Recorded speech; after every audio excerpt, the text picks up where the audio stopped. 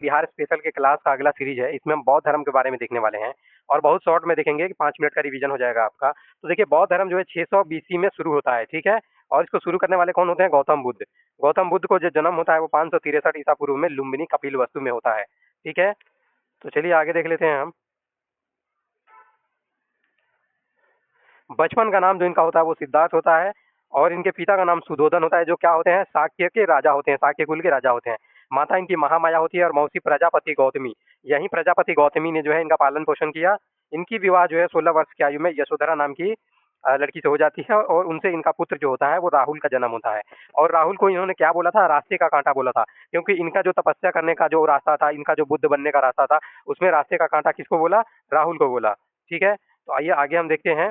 और देखिए जब ये बाहर निकले थे एक बार घूमने के लिए तो इन्होंने 4 घटनाएँ देखी थी जो इनके जीवन को परिवर्तित करती है। और वो कौन-सी 4 घटनाएँ हैं? तो एक था वृद्ध व्यक्ति, बीमार व्यक्ति, मृत व्यक्ति और सन्यासी। और सन्यासी को देख कर के इन्होंने सोचा कि ये तो एकदम संसार से मुक्त है, माया से मुक्त है, एकदम खुशी से जीवन जी रहा है, ठीक है? और यही चारों घटनाएँ जो है इनके जीवन को परिवर्तित कर देती है। कई बार यहाँ से क्वेश्चन आ जाते हैं, ये 4 ऑप्शन 3 इसमें से रहेगा, एक एक्स्ट्रा ऑप्शन देगा और उसमें आपको चूज़ करना पड़ता है। तो इस चारों को याद रखिएगा, ठीक है?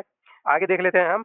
29 वर्ष की आयु में उन्होंने घर का त्याग किया था, गृह त्याग किया था और इस प्रक्रिया को क्या बोलते हैं? इस घटना को बोलते हैं महाविनिष्क्रमण, ठीक है? और इनके जो घोड़ा था उनका नाम था कंथक और सारथी का नाम था छन्न।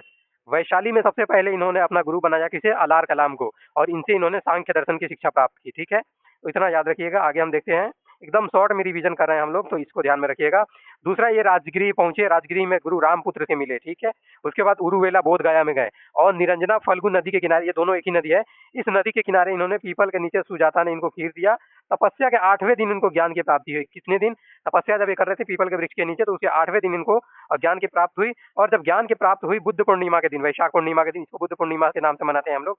और इसी दिन ये तथागत बुद्ध कहलाए और शाक्य मुनि भी कहलाए, क्योंकि ये शाक्य कुल से थे, इसलिए इन्हें शाक्य मुनि कहा गया, ठीक है? और गौतम बुद्ध को हम लोग क्या बोलते हैं? लाइट ऑफ एशिया बोलते हैं। ये वन लाइनर क्वेश्चन आता है डायरेक्ट वनडे एग्जाम में कि लाइट ऑफ एशिया किसको बोला जाता है? तो इस गौतम बुद्ध को बोला जाता है। पहला उपदेश इन्होंने कहाँ दिया? सारनाथ में दिया। और किस भाषा में दिया? पाली भाषा में दिया। ये भी क्वेश्चन बहुत इंपॉर्टेंट हो जाता है कि पहला उपदेश किस भाषा में दिया? पाली भाषा में। और सर्वाधिक उपदेश इन्होंने श्रावस्ती में दिया था। राजगिरी में बिंबिसार ने वेणुवन नामक जगह को दान किया था, किन्हें? गौतम बुद्ध को दान में दिया था, ठीक है? इससे ये भी साबित होता है कि ये किसके समकालीन थे? बिंबिसार के समकालीन थे। 483 ईसा पूर्व में महापरिनिर्वाण हो गया, यानी कि इनका मृत्यु हो गया। और ये मृत्यु किस जगह पे हुआ था? कुशीनगर यूपी में हुआ था, ठीक है? अब हम सबसे इम्पोर्टेंट चीज देखने जा रहे हैं कि बौद्ध सभाएं, बौद्ध की कुल 4 सभाएं हुई थी। चारों सभाएं में कौन कौन सा स्थान था, शासक कौन थे और अध्यक्ष कौन था, ये देख लेते हैं। पहला जो बौद्ध सभा हुआ था 483 बीसी में हुआ था, स्थान राजगिरी में हुआ था। शासक उस समय जातशत्रु थे और अध्यक्ष जो थे महाकश्यप थे, ठीक है?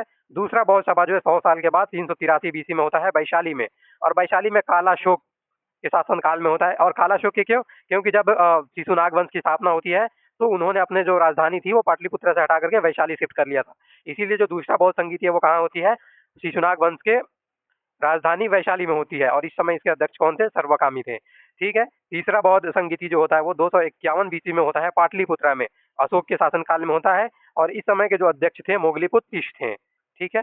चौथा वाला जो है वो 1ली शताब्दी ईस्वी में होता है, कुंडलवन कश्मीर में होता है। इस समय कनिष्क का शासन था जो कश्मीर में हुआ। इस समय ये चौथी बौद्ध संगीति, इसका अध्यक्ष जो थे वसुमित्र थे और उपाध्यक्ष मोगलीपुत्र तिष्ठ थे, ठीक है? इस बात को याद रखिएगा। चौथे बौद्ध संगीति में जो है बौद्ध धर्म के जो 2 भागों में बट गया, हीनयान और महायान।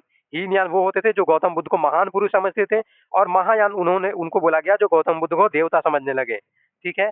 अब सबसे लास्ट चीज में हम एक चीज देख लेते हैं कि आखिर बौद्ध धर्म का पतन क्यों हो गया। आज जो बौद्ध धर्म है वो काफी कम मात्रा में सिमट के रह गया। इसका सबसे बड़ा रीजन क्या रहा? तो एक तो था कि राजा का संरक्षण नहीं मिला, ठीक है? क्योंकि जो मौर्य वंश के बाद जो हिंदू शासक आए, गुप्त वंश आए, इन्होंने जो है बौद्ध धर्म को संरक्षण नहीं दिया।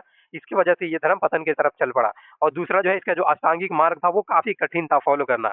ये दोनों रीजन जो है बौद्ध धर्म के पतन के माने जाते हैं। तो ये बौद्ध धर्म का शॉर्ट हमारा रिवीजन था। आगे ऐसे ही हम और रिवीजन लेकर के आएंगे। ये सीरीज हमारी चलती रहेगी, बिहार स्पेशल की सीरीज। तो ये हमसे जुड़िए और तैयारी को अपना बेटर बनाइए। चलिए, थैंक यू।